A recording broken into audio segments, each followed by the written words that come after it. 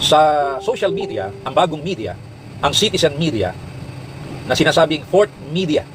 Ang first po kasi ay dyaryo, ang second ay radyo, ang third ay television. Kaya 1, 2, 3, tri-media, traditional, old. Meron na pong new. Yan ang fourth media, social media. Kaya ang tri-media tinatawag ngayong quad media. 4, parang TRICOM ng Kamara de Buaya, naging quadcom. 4 na komite pinagsama-sama, 3 komite ng mga buhaya pinagsama-sama. Pero iisa lang ang anyo nun at mga asal, pare-parehong buhaya yung mga yon sa Kamara de Buaya. At yung Kamara de Buaya, lumulusob yan sa Senado. Kaya tingnan nyo, panay ang drama nila dyan, panay ang epal. Ang taktika nila dyan, parang sigabugok. Alam niyo ba yung palabas? Doon sa channel na niloloko ang kanilang mga kapamilyang empleyado, mahigit 200, hindi binigyan ng benepisyo. Pero ang tawag nila sa kanilang mga nagtatrabaho, kapamilya, in the service of the Filipino, worldwide. Pero yung mahigit 200, tinutulonggis nila. Sabi nga ni Mayor Coes, no, ni Yormi. Tinutulonggis nila yon. Naglulundagan sa tuwayan ng arestuhin si Senador Marcoleta na karma daw. O, nakaganti na raw sila. Paano yung nasabing na karma si Senador Marcoleta?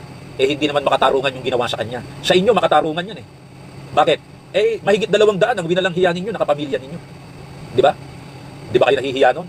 Sinasabi nyo, yung channel nyo, kapamilya, pero yung kapamilya nyo, winawalang hiya ninyo. Mahigit 200, yung iba po, namatay na. At merong isang taga-media na dito dati, taga Lucena, siguro naka-base na yun sa Maynila, 20 years na nagtrabaho sa kanila. Aba, hindi man lang po naging regular eh. Kahit saan ka pumuntang kumpanya, kahit maliit yan, pagkatapos mo ng 6 months at na-extend ka, sa ating labor law, binibigyan ka ng tinatawag na benepisyo na maging regular. Pero diyan sa higanting istasyon na yan, na wala na pong prangkisa. Yan ay nasa Facebook na lamang at nasa YouTube at isang radyo na napanatili nila. Doon sila nagkakalat na naman ng mga fake news at panluloko sa tao. Ginagawa nila, pumapasok sila sa ibang TV. Nakikipag-partnership sila. Diba? Dati kapartner nila, TV5. Inayawan na sila ni Manny Pangilinan. Bakit? Kulang-kulang 1 bilyon yan, dinugas. Hindi na naman binayaran. Mandurugas talaga eh. Kaya lang naman tinatangkilik yan dahil ang mga Pilipino mahilig sa artista. Diba? Walang problema na tayo mahilig sa artista. Pero pag ang artista nagbubunga nga na sa politika, teka muna, mag-isip ka muna. Yan ba sinasabi ng mga artista na yan eh? Tama? O malalakas ang tama ng mga yan? Ha? Dapat po maging maingat tayo sa tinatawag na pinaniniwalaan natin kapag pag-uusapan ay mga dapat nating tindigan sa kung ano ang tama, ano ang mali. Ngayon ay pagpapatuloy natin yung paksa. Papasadahan ko lang sandali yung kay Senador Marcoleta, tapos tutuloy tayo sa impeachment trial. 2 araw na po. At nakikita ko sa social media, hindi po ako nanonood. Aaminin ko sa inyo, hindi ako nanonood. Binabasa ko na lamang ang presentasyon na magkabilang kampo. Yung maka-Duterte at anti-Duterte. Ako po, as much as possible, ang gusto ko, makita ang dalawang panig. Pero ako po may kinikilingan. Hindi po ako magpapaka-ipokrito sa inyo na katulad ni Alex. Alex, buhay ka pa ba? Nandiyan ka pa ba? Yung sinasabi ko po, yung sa TikTok, live din po ako sa TikTok Autentico Lucena. Yan yung comment ng comment, nagkakalat ng kanyang kabubuhan. Tuloy lang Alex, basta huwag paulit-ulit ha. Sa Facebook po, ako ay live at maging sa YouTube ngayon. Medyo malakas-lakas ang buga ngayon, daloy ng internet. Okay? Ng serbisyo nila. Minsan rin nakakatsyempo din tayo na makitino ang trabaho nitong mga internet provider. Kahapon, pinakita ko sa inyo at kung kayo po ay nasa YouTube, ang gusto ko po ay tingnan ninyo uli itong inilabas ng ombudsman na sinasabi nila nagsampa sila ng kaso kay Senador Marcoleta, hindi sila sigurado kung ito ay plunder. Meron daw question of law. Ano yung question of law? Kung angkop ba kay Senador Marcoleta ang plunder. Sinalaysay ko sa inyo kahapon ang history ng salitang plunder, pandarambong. Diba? Yung ginawa ng mga malalaking bansa noong mga unang panahon.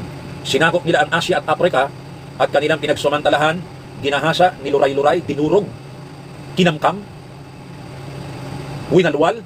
Hindi lang ang kababaihan, ang kabataan, kalalakihan na ginawa nilang alipin, sinakal nila, sinikil, pinagmalupitan, dinahas.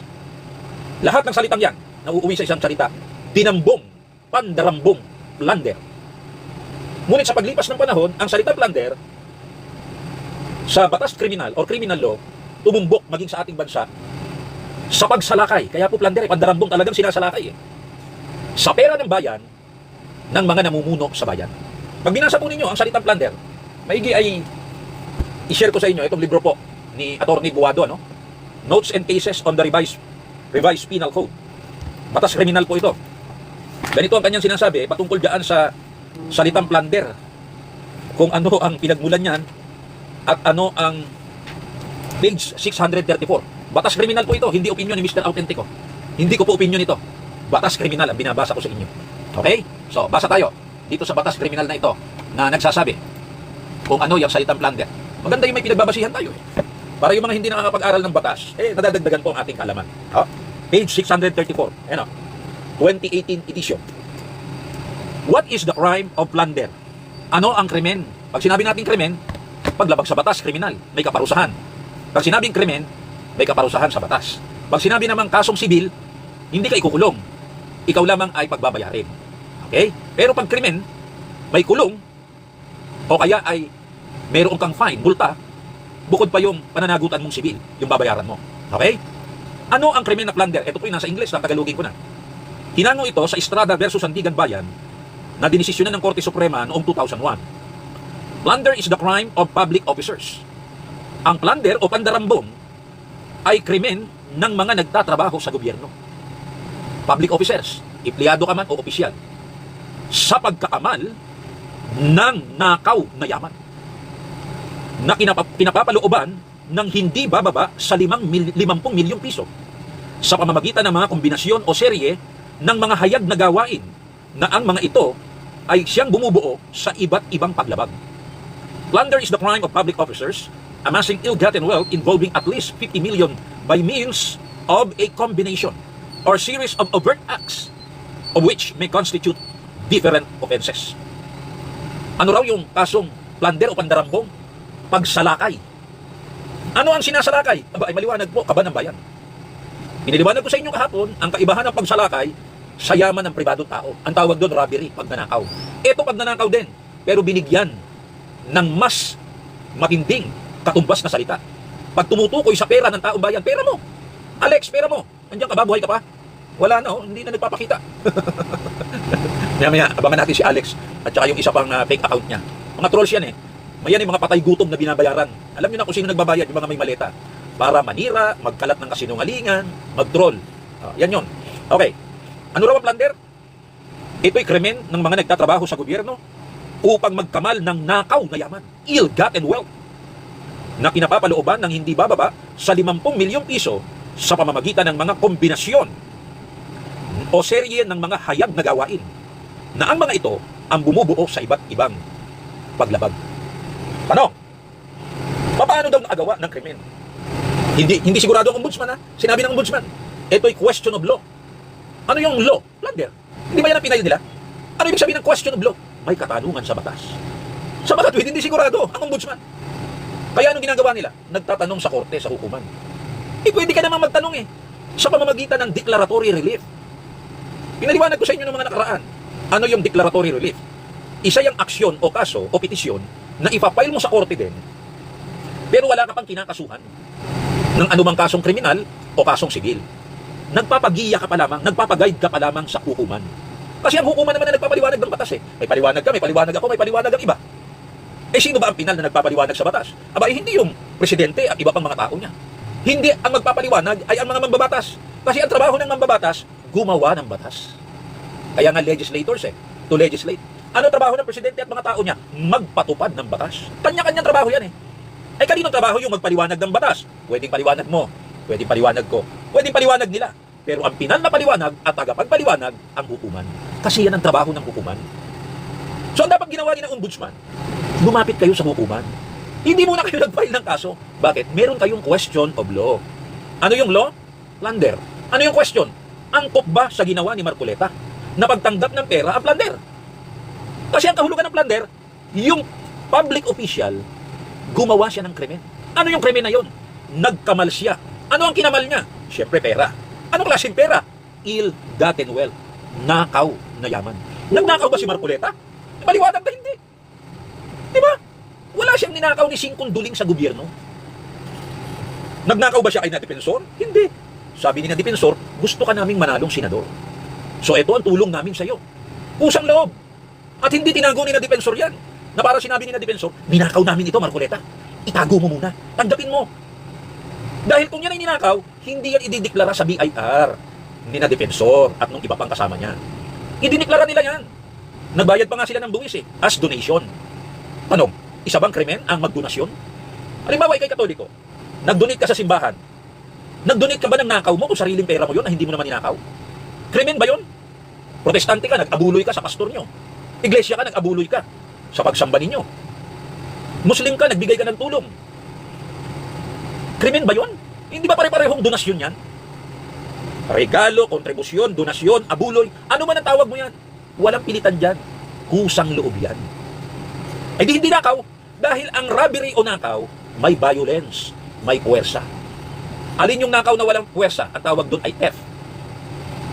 O, dahil adik ka, ninakaw mo yung electric pan ng nanay mo, ibinenta mo sa kapitbahay mo. Ang tawag doon ay anti-fencing. Binili naman ng kapitbahay mo na mga ngalakal. O, pwede idemanda yun ng nanay mo. Paano ka naman ididemanda ng nanay mo? Eh, anak ka. Anak ka ng ina mo. Paano ka ididemanda ng nanay mo? Tapos alam ka, adik-adik ka. Dapat gawin ng nanay mo, eh, ipakulong ka, iparehab ka. Eh, siya idemanda ka pa. O. Tapos kausapin niya yung bumili ng electric pan, ano, didemanda ba kita o paano? Ano sasabihin naman ng mga ngalakal? Eh, paano po naman yung puhunan ko? Ibinenta ng anak nyo eh. Kasi sige, ganito, hati na lang tayo. Balik mo sa electric pan, bayaran ko na lang kung magkano binigay mo sa ano. Eh, sige na nga po. Kaysa naman tayo eh, magkasira pa na magkapit bahay. Kahit lugi na ako. Ang hirap naman palang bumili ng nakaw eh. Ay oo, anti-fencing yan. O, patong ba sinasalitang theft? Walang puwersa. Diba? Dahil nung natutulog yung ina, saka ninakaw ng anak, kinuha yung electric fan. Pero pag may puwersa, nakaw yan. Saan o ma-apply yung robbery o nakaw? O kaya ay theft? Pera ng pribadong tao. Pero pag nagnakaw ka sa pera ng gobyerno at umabot ng 50 milyon pataas, ang tawag yan, plunder. Kaya ibinabalik ko uli ang tanong sa inyo.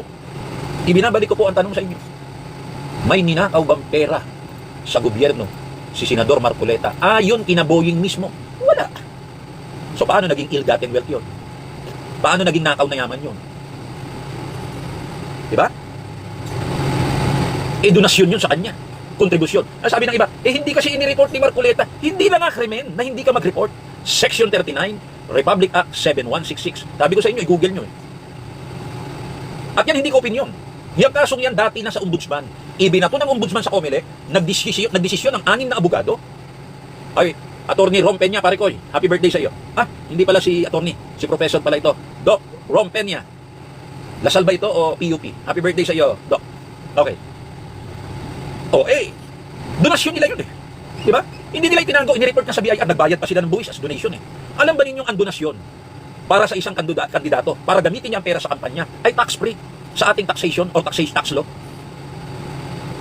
Yan ay para maakit mo ang mga tao na tumulong sa iyong kandidatura. At sinong kandidato ang hindi tumanggap ng tulong? Walang itinatago si Senador Marcoleta, kaya sinabi niya. Eh hindi niya inireport, hindi na nga po crime yan. 35 years ago na po yan. Nagtatanga-tangahan lang yung profesor sa UP ng media. Profesor sa media pero nagtatanga-tangahan. At saka yung ibang abogado na kasabwat niya. Dinismiss yan ng 6 na abogado na mga commissioners ng COMELEC. Ibinasura. Ano naman ang ginawa ni Boying ng ombudsman? Hinalukay ang basura at muling pinababaho. Sino ang pinababaho? Si Senador Marcoleta. Wala naman siyang ninakaw eh. Basahin niyo yung reklamong ipinail nila sa Sandigan Bayan. May pera ba ng bayan doon? Wala. Nakaw na yaman ba yun? Hindi. Walang ninakaw si Senador Marcoleta sa bayan. Ang maraming dinambong at binangkaw, nilimas nila, bilyon-bilyon trilyon, yung mga nagpipigil sa ginagawa ni Senador Marcoleta. Inilalantad niya ang mga mastermind, pinipigil siya ng mga magkakasabwat. Kaya siya pinakulong. At mamaya, iuugnay ko. Bakit siya pinakulong? Bukod dyan. Hindi lang para ilabas kung sino ang mga magkakasabwat na nagtutulong-tulong para pigilan siya at magtakpan na ilantad niya. Ang mga tunay na sumalakay at nandambong sa bayan. Kaya sila dapat kasuhan ng plunder eh. Eh kasi nasa power sila eh. Ginagamit nila ang batas para sa kanila. Ginagamit nila ang batas para pagtakpan yung mga kasabwat nila. Yung naglalantad, yun ang kanilang ginigipit. Pero kung babasahin mo ang batas ng plunder, hindi po.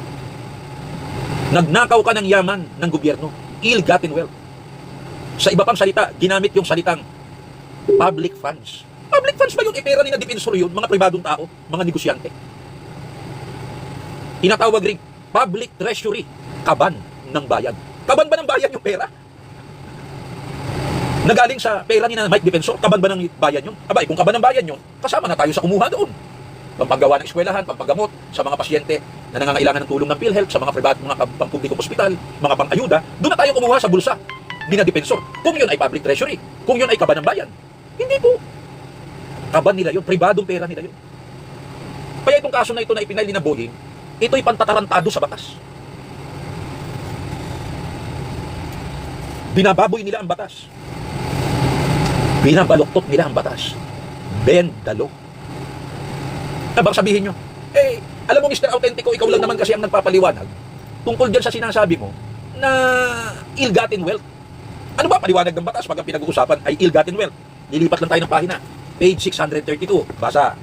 Ill-gotten wealth. Nakaw na yaman.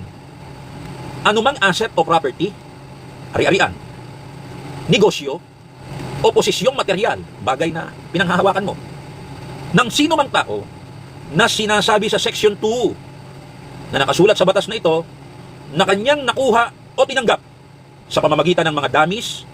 Ibig sabihin yan yung mga inilagay na tao sa negosyo na kunwari lang, dami. Nominees, ahente, subordinates, o mga kasama sa negosyo, o anumang kombinasyon o serye na katulad ng mga bagay na ito. Ano naman ang sinasabi sa number 2? Sa pamamagitan ng pagtanggap, direkta o hindi direkta, ng komisyon, regalo, porsyento, kickback, sa alinmang negosyo o kumpanya na may koneksyon sa kontrata sa gobyerno o proyekto o dahilan sa kanyang opisina o posisyon. Ulit, dahilan sa kanyang opisina o posisyon. Ano raw yung ill-gotten wealth o nakaw na yaman? Ipinaliliwanag ng batas. Kaya ako binabasa sa inyo para hindi kayo magkamali na sasabihin, paliwanag mo lang naman yan, opinion mo lang yan may kanya-kanya tayong opinion hindi po, binabasa ko yung batas Ha? Binabasa ko po yung batas Yan daw ari-arian o kaya ay negosyo o anumang bagay na hawak ng tao na natanggap niya. Tumanggap pa si Marcoleta? Oo. Masasabi bang yun ay asset o property? Habang hawak niya, pwede niya sabihin asset o property. Diba? Pero ang katanungan dito ahente ba siya? Ninadepensor? O sinadepensor ba'y ahente niya? Sinadepensor ba'y dami niya? O mga inilagay lamang sa alinmang negosyo na magkasosyo sila?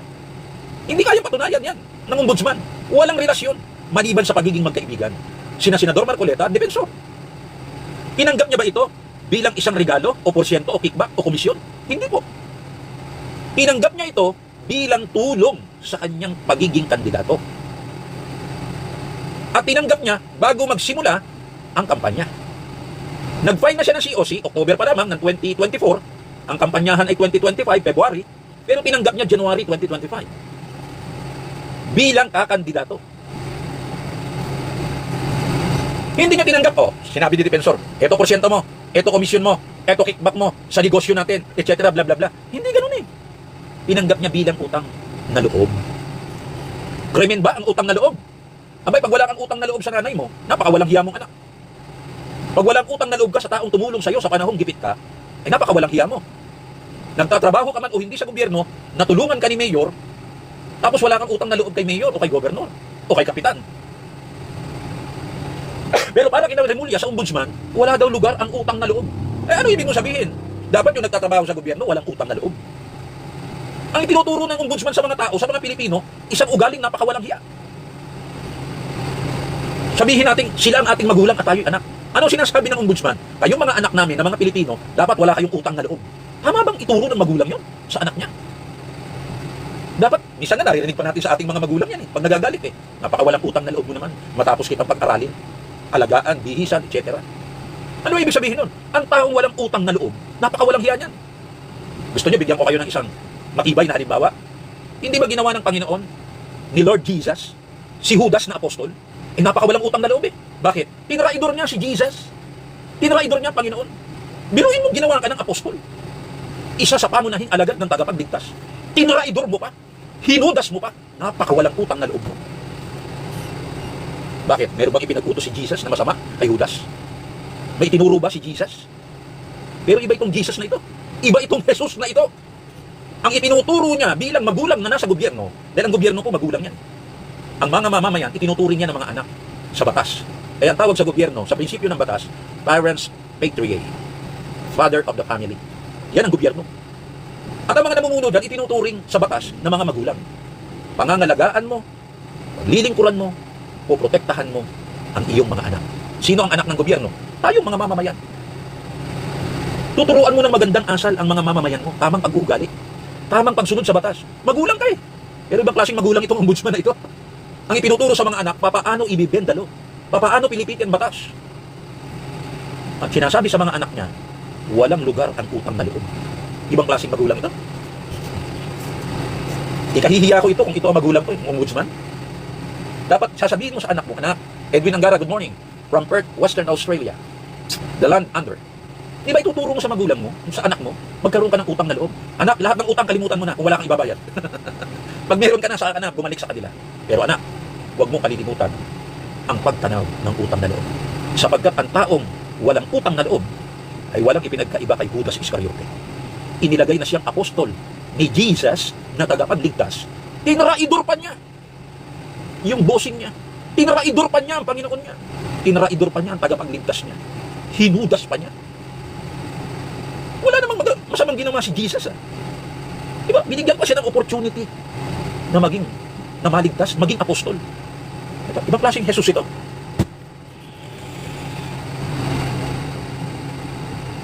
Nakinabang sa kickback dahil sa kontrata sa gobyerno. May kontrata ba si Defensor at si Senador Marcoleta sa gobyerno? Wala po. O kaya ay proyekto sa gobyerno? Wala po.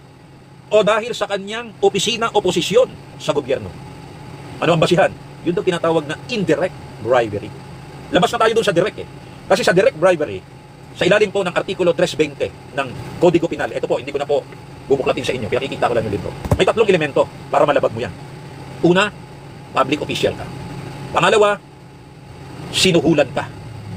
Pangatlo, kaya ka sinuhulan dahil public official ka para gawin mo ang isang bagay na labag sa batas. Or, huwag mong gawin ang isang bagay na dapat mong gawin ayon sa batas. Yan ang direct bribery. So may kondisyon. Kaya ka sinuhulan. At may magagawa ka sa iyong posisyon. Kaya ka sinuhulan. May kapalit. Yan ang direct bribery. Direktang panunuhol. At sa panunuhol po, dalawa, lagi o higit pa. Kasi ang panunuhol, sabi ng matatanda, it takes two to tango. Walang sumasayaw ng tango na nag-iisa para kang tangano. Lagi kang may kapartner. Parang pelikula ni Al Pacino, Scent of a Woman. Diba? Tinuturuan niya magtango yung bata at magandang babae na girlfriend ng kanyang anak. So may kapartner ka lagi dyan. Isang nanunuhol at isang sinusuhulan. Walang manunuhol kung walang susuhulan. Walang susuhulan o tatanggap ng suhol kung walang manunuhol. Kaya lagi magkapartner yan. Pero dito hindi pwede ang direct bribery bilang basihan ng plunder. Kasi si Marcoleta man ay may posisyon sa gobyerno, siya man ay sinuhulan, sabi nila, o tumanggap, wala namang kapalit na ibinibigay siya o ibibigay. At wala rin namang hinihingi si na defensor. Ang totoo, hindi suhol, kundi parang tulong sa kanyang pagiging kandidato. Kaya walang direct bribery. Pinasukan nila sa indirect bribery. Kasi ayon nga naman dito sa plunder, directly or indirectly. Kaya niya indirect bribery, binanggit ni Lacson yan. Talagang kitang-kita mo yung sabuatan O ano yung buga ng bunganga ni Lacson, nakatibre yun sa ombudsman. Okay? Now, paano naging indirect bribery? Tatlo rin ang elemento. May posisyon ka sa gobyerno, may tinanggap ka mula sa nagbigay, pero ang pinakamahalagang elemento yung pangatlo. Maaaring wala kang pinangako, pero binigyan ka dahil sa posisyon mo sa gobyerno. Tanong. Ito ang tanong. Kaya ba binigyan si Senador Marcoleta dahil siya ay congressman? Hindi. Maliwanag ang sinabi ni na defensor. Kaya ka namin binigyan, gusto ka naming manalo. Dahil wala ka namang pondo. Ba't ka namin bibigyan as congressman? Papalayas ka na dyan. Lalayasan mo na yung mga dati mong kasamang buwaya o demonyo. Pinalalayas ka na nga nila Nakatatlong termino na po siya as congressman ng Sagip Party List. Kaya papalayas na siya ron. At kung sinasabi namang sa darating niyang posisyon bilang senador, kakampanya pa lang siya. Hindi pa tiyak kung mananalo siya o hindi. Kaya itong tulong na ito, na tinanggap niya, na ibinigay niya na defensor, hindi po papasa sa plunder ito. Hindi papasa bilang ill-gotten wealth o nakaw na yaman na inipon. At hindi rin naman galing sa kaban ng bayan. Sapagkat tinanggap niya ito bilang tulong sa kanyang pagkakandidato. At ibinigay sa kanya, hindi dahil siya ay congressman, kundi ang gusto ng mga tumulong para manalo ang senador. May binibigay bang kapalit? Si Marcoleta, wala. Wala. Dahil ba siya ay congressman? Hindi. Ano lang sinabi niya? Ito tatanawin kong utang na loob. Ano? Ang utang na loob ba ay isang kasalanan? Isa ba itong krimen? Saang libro ng batas mababasa ang sinasabi ni Rimulya na ang utang na loob ay pwedeng ituring na krimen? Pag sinabi mong krimen, mayroong batas, may parusa na inilalaan ang batas. Wala kang mababasa sa alinmang libro ng criminal law. Utang na loob is a crime. And this is the penalty. Wala. Mababasa mo lamang yan sa kukote ng mga pumipilipit ng batas o bend the law. One Global Rescuer, good morning. Hindi po ba dapat magkaroon ng kaso yung tumatanggap ng kaparehong pera para sa kampanya? Ay dapat ngayon mga kakampi nila ay hindi nila kinakasuhan. Kung yun ay isang crime. Di ba? Sina Soto halos diretsahan ng aminin, ano-anya kung tumanggap ako. Ako naman anyay walang posisyon sa gobyerno. Isang malaking katarantaduhan yan. Hindi porke pribadong tao ka at tumanggap ka. Paano kung tinanggap mo, nakaw? O hindi ba yung mga ngalakal? Halimbawa, bumili siya ng nakaw na electric fan. Merong crime yun. Pribadong tao yun. Pero may bina-violate na batas. Anti-fencing law. It's equivalent to theft o pagnanakaw. Ninakaw ng adik, yung electric fan ng tulog na nanay, ibinenta sa mga ngalakal na kapitbahay. That is theft. That is anti-fencing. Law violation. Kaya yung sinasabi ni Soto na, ano kung tumanggap ako? Kung tumanggap ka sa maleta, tumanggap ka ng nakaw na yaman. Kasabwat ka na. Dapat kang kasuhan ng plunder. Kung yan ay 50 million pataas. Palagay ninyo, tatanggap si Soto ng mababa sa 50 million. Ilalabad kang senador. Iwanan natin pansamantala. Yang kay Senador Marcoleta. Dumako tayo. Dito po sa... Gusto kong ibahagi sa inyo ito at mainit-init pa. May kinalaman ito sa... Ayan, in-upload ko sa aking YouTube. Mahabang debate kahapon. Gusto ko sa panig ng depensa at prosekusyon. Meron pa tayong 15 minuto. Si Marcoleta, merong ginawa. Ang tawag po sa batas na yan actus reus. May aksyon. Tumanggap siya Diba? Pero sa paniniwala ni Marcoleta bilang abogado, wala akong ginagawang paglabag sa batas. Malinis ang aking intensyon. Tanggapin ang tulong, hindi dahil ako'y congressman, kundi tanggapin ang tulong nila para sa aking pagkandidato bilang senador. Ang tawag po doon, kung ikaw ay mayroong masamang intensyon sa isang bagay na ginawa mo, at ginawa mo nga ito, binubuo po yan ng dalawang elemento. Sa mga nag-aaral ng batas, alam na alam ng mga abogado ito, yung tinatawag na mens rea, tumutukoy sa masamang intensyon na galing sa isipan ng isang tao. Guilty mind, sa Ingles. Masamang intensyon. Guilty. Sa Latin po, mens rea. Ang mga nag-aaral ng batas per year pa lang po, isinisiksik na yan sa isipan nila, yung mga nag-aabogado ng kanilang mga profesor. Tandaan nyo itong isa sa mahalagang elemento ng batas kriminal. Mens rea. Sino mang tao, dapat ay mayroong guilty mind pag ginagawa niya ang isang bagay at nilalabag niya ang batas. May masama siyang intensyon. Guilty mind, mens rea. Pero ang mens rea o guilty mind o masamang intensyon, hindi po sapat na elemento para masabi mo ang isang tao ay kriminal. Kinakailangan yung guilty mind, mens rea. Masamang intensyon.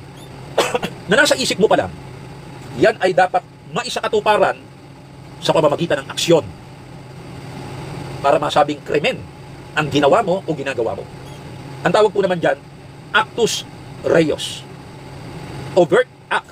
Yung nasa kukote mo, yung masama mong intensyon, yung guilty mind mo, yung mens rea mo, isinakatuparan mo. Ginawa mo. In-implement mo. Kinakailangan po magkasama yan. Pag nasa isip mo lang yan, walang krimen. Pag gumawa ka ng isang bagay, ngunit nakita na sa paggawa mo, wala kang masamang intensyon, hindi lubos na maituturing na yan ay isang krimen. Hindi lubos. Kinakailangan magkasama yan. Ngunit magkasama man yung dalawang yan, para ikaw ay mapanagot sa isang batas kriminal. Halimbawa ay indirect bribery. Yung sinasabing hindi direktang panunukol. O kaya ay rape. O kaya ay robbery. Hindi sapat na itong dalawang ito ay naroon. Kinakailangan yung elemento ng isang krimen kumpleto. Halimbawa, rape. May masama kang intensyon na pagsamantalahan ng isang babae. Ginawa mo ito. Ngunit sa paggawa mo, mula sa iyong masamang intensyon, kinakailangan para masabing may rape, gumamit ka ng dahas. Kung hindi ka gumamit ng dahas, kusang ibinigay, aba, hindi mo pwede sabihin rape yan. Lalo na kung ang babae ay 18 anyos pataas. Diba? Maliban na lamang kung siya ay sinto-sinto. So hindi kinakailangan na siya ay 18 anyos. Kahit pa 30 anyos yan. Kung may diferensya sa pag-iisip at hindi mo ginamitan ng dahas. Ngunit pinagsamantalahan mo posible nakasuhan ka ng rape. O kaya yan ay bata. Lalo na kung 12 years old yan, pababa. Ang tawag po dyan, statutory rape. Pag asawa mo, gusto mong makasiping, at gusto din niya, walang rape yan. Tungkulin niya na mag-asawa sa isa't isa. Pero merong batas na ngayon pinagtibay na pag ayaw ng asawa mo, huwag mong pipilitin. Dahil pwede kanyang idemanda ng rape. Kasi meron ng batas na kung tawagin ay marital rape. Sana po nasusundan ninyo. Sa mga tuwid, hindi sapat na ikaw asawa, may masama kang intensyon. Nagahasain o pagsamantalahan ng asawa mo. Ang totoo, hindi naman masama yung intensyon mo. Asawa ka may karapatan ka sa kanya. Diba? Tapos ginawa mo. Hindi masama ang intensyon mo. Kahit pa ginawa mo, ngunit pusang loob siya. Sapagkat siya'y asawa mo at alam niyang tungkulin yun, there's no rape. Pero malinis man ang intensyon mo nang gawin mo ito, ay dinadahas mo siya. May karahasan. Dahil ayaw niya, pinipilit mo siya, pwede kanyang kasuhan ng rape.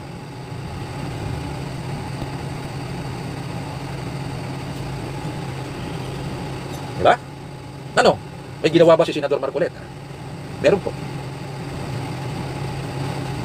Ang intensyon ba niya ay para gumawa ng krimen? Wala po. Nagnakaw ba siya? Ayon sa plunder law? Wala siyang ninakaw. Sa kaba ng bayan, kahit kay defensor, wala siyang ninakaw. Meron ba siyang tinanggap? Meron.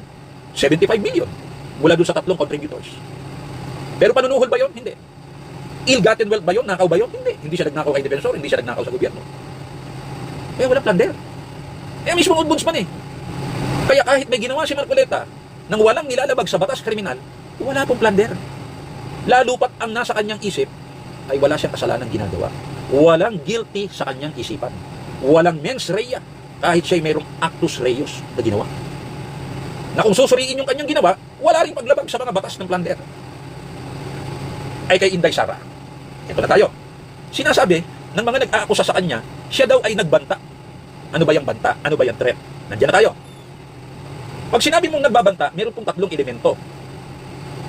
Ikaw na nagbabanta, yung mga taong pinagbabantaan mo, ay nakaramdam sila ng pagkatakot sa iyong pagbabanta. At maaaring ang iyong pagbabanta ay may kondisyon o wala. Halimbawa, sinabi mo sa kapitbahay mo, pag hindi ka nagbigay, ayan ang kondisyon ha, kapag hindi ka nagbigay ng 10,000 sa akin, manghihiram ka ng mukha sa aso. Kahit pamukhang aso ka na bumubula ang bibig. Habang salita ng salita, bumubula, lumalabas ang gata sa bibig mo. Lalo ko pang pagbubulain yan at magiging bangaw ka ng aso o ulul na aso pag hindi ka nagbigay ng 10,000. Yan, maliwanag na pagbabanta yan. Threat yan. Meron kang sinabing pagbabanta, may ginawa ka, yung bunganga mo. Yung tao natakot. Kabuti pa magbigay na ako. Diba? O kahit walang kondisyon na magbigay ka, pag nakita ko pa yung mukha mo, pag dumaan ka pa rito, papalitan ko ng mukha ng aso yan na bumubula ang bibig. Wala kang hinihingi ng kondisyon. Wala ka rin ipinagagawa sa kanya na magbigay ka. Sinasabi mo lang sa kanya, ang huwag niyang gawin. Huwag ka nang dadaan dito. Ayoko nang makita yung pagmumukha mo. Ano yan? Pagbabantayan. Diba? Oh. At habang hindi nangyayari yan at tuloy-tuloy mong ginagawa, ay talagang tuloy-tuloy ang pagbabanta. Diba? It is a crime. It is punishable. Diba? Isa yung krimen. Pero ang sinabi ni DP Inday ay hindi po pagbabanta. Bagamat meron siyang sinabi, ang kanyang sinabi ay pwedeng mangyari kung siya'y patay na. Hindi ba sinabi niya yun? Pero paano yan dinadrama-drama? Ni na defensor, ni na Ligutan, ni na Luistro. Ay si Ligutan mismo, na puro kadramahan doon sa trial kahapon. Diba? Niloloko pa nga niyang tao eh. Yun daw photocopy ay original. Alam niyo yung sinabi niya, kalahating totoo, meron siyang sinabing hindi totoo. Itinago niya. Kaya kung kalahating totoo lang yan at hindi buong katotohanan, kasinungalingan yan sinasabi niya. Tapos nagyayabang pa siya, tagal-tagal niya ng abogado. Ako nga hindi abogado, alam ko kasinungalingan sinasabi niya eh. Bakit? Ang photocopy ay pwede mo lamang sabihing original o duplicate original kapag yan ay hindi kino-contest ng kabilang partido ang pagiging original. Yan po ang nasa rules of court o tuntunin ng court ng hukuman. Pwede mong sabihin na yung photocopy o duplicate ay original kapag hindi yan kino-contest ng kabilang partido. Eh kino-contest ka ng kabilang partido eh. Nag-o-object siya, di ba? Paulit-ulit siyang nag-o-object. ang ipinipresenta mong papel ay hindi original. Hindi authenticated. Ano ibig sabihin ng authenticated? Autentiko. Ano ibig sabihin autentiko? Kahit pa yan ay photocopy, yan ay napapatibayan na galing sa original o kaya yan ay kopya, duplicate ng original. Pero kinokontest ko yan. Kaya nasa iyo ang pananagutan na yung photocopy, patunayan mong duplicate o patunayan mong kopya ng original. Pero kinokontest ko. Kasi nga photocopy. Dapat ang ginawa ni Ligutan, ipinresinta niya na mismo yung original. Eh di hindi ka ino-object. Pag sinabi ng depensa ni Atty. Narbasa, ino-object ko yung papel o dokumentong pinipresenta mo. O bakit? Kasi hindi original. O tingnan mo, original to. Huwag mong sabihin ito'y peke na pera. Totoong pera ito. Boy. O. Eh kung nakita niya, kamukha lamang ng pera, kopya lamang. Natural. Kukumpisin niya. Photocopy lang yan. Di ba ang NBI nagpapagawa sa recto? Inamin ng NBI. Yung pinansusuhol nila, doon kay Mabanta, yung ibabaw lang ang totoo doon. At saka yung ilalim. Pero yung gitna, hindi totoong pera. Photocopy lang daw yun. Xerox. Para madaling maintindihan. Kaya may karapatan ng depensa na i-contest yan. Ano sagot niya? Photocopy is now original. Kalahati lang ang sinabi mo. Dapat binuo mo. Sinabi mong photocopy is a duplicate of the original. And we have the original. Bakit kinokontest yan ng depensa? Kasi may mga ipinakikitang dokumento ang prosekusyon. Ha? Na ibang-iba doon sa ibinibigay na kopya sa kanila. Ako po ay tapos na sa Channel 6. Tatapusin ko lamang ito. Sa Facebook at saka sa TikTok at sa YouTube. Tapos na po ako sa aking television and radio program. Hanggang alas 9 lang.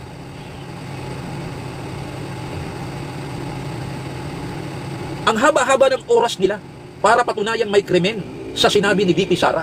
Wala ho sila eh. Mismong ang umamin ay si Ligutan. Ano ang sinabi niya kahapon? Ito po, papakita ko sa inyo. Ang sinabi niya kahapon. Sa mga sumusubaybay sa akin sa YouTube, tingnan po ninyo itong ipakikita ko sa inyo. Sinabi ito ni Ligutan kahapon. Tagal ng abogado yan, ha? Oh. Matagal ng abogado yan. Ayan, no? Tingnan po ninyo. Pakikita ko sa inyo yan, sinabi na yan. Bago po ako pansamantalang magpaalam. Alam kong hindi ko kayang patunayan ito. Hindi namin kayang patunayan ito. Ang alin? Na mayroong krimen sa sinabi ni VP Sara. Sa di umano'y pagbabanta niya or threat. But I am not appealing to you as a lawyer. Hindi ako umaapila bilang abogado. Eh, ba't ka ba naroon? Di ba kaya ka naroon bilang abogado? Hindi ka naman makakatayo doon kung hindi ka abogado eh. Bakit? Inuusig mo eh. Yung Vice President eh. Binigyan ka nga ng authority ng mga miyembro ng Kamara bilang prosecutors eh. Na ikaw ang tumayo para sa kanila. Pwede ka ba patayuin nila doon kung hindi ka abogado? Kaya kalokohan yung sinasabi ni Ligutan. Alam kong hindi namin kayang patunayan ito. Ngunit ako'y umaapila, hindi bilang abogado. Eh, katarantaduhan. Ano ka dyan? Ako'y umaapila sa isang moral na posisyon. Bakit ganyan ang salita mo? Moral? Kung umaapila ka sa isang moral na posisyon, is that impeachable? Is that an impeachable crime?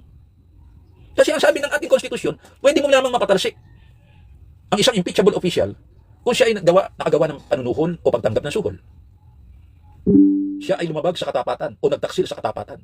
Betrayal of public trust. Siya ay gumawa ng graft and corruption. Siya ay lumabag sa konstitusyon. At siya ay may ginawang kalibel na krimen gaya nung nauna na binanggit ko sa inyo. Yan ang mga grounds sa impeachment. Hindi sinasabi diyan kung ikaw ay moral o immoral ay impeachable. Kaya ano sinasabi ni Ligutan? Wala pala kayong pwedeng patunayan. At totoo namang wala silang napatunayan kahapon sa mahigit ilang oras na kanyang kayabangan doon sa plenaryo ng Senado. Ano ang napatunayan mong krimen? Alam na ng lahat ng mga tao at mga Pilipino sa mundo na nagsalita ng ganoon si Inday Sara. Pero ano ang kanyang pinaghugutan? Saan siya nanggagaling? Nasabi niya yon dahil may naunang mga pagbabanta sa kanya. Kaya niya sinabi na kung ako'y mapapatay, may kinausap ako para patayin mo. Si ganito, si ganyan, si ganun. Si 1, 2, 3, si ABC. Kung mapapatay ako. Kaya malabo na mangyari yung kanya hanggang siya ay buhay. Eh, pero kung siya'y patay na, maaaring mangyari. Pero paano mo pa siya pananagutan o pananagutin? Ipatay na nga siya. Yun ang sinasabi niyang, there is no crime from the grave. Walang krimen na nagagawa ang isang tao na nasa libingan. Eh, sino ba yung nasa libingan? Eh, di yung patay. May magagawa pa ba ang patay?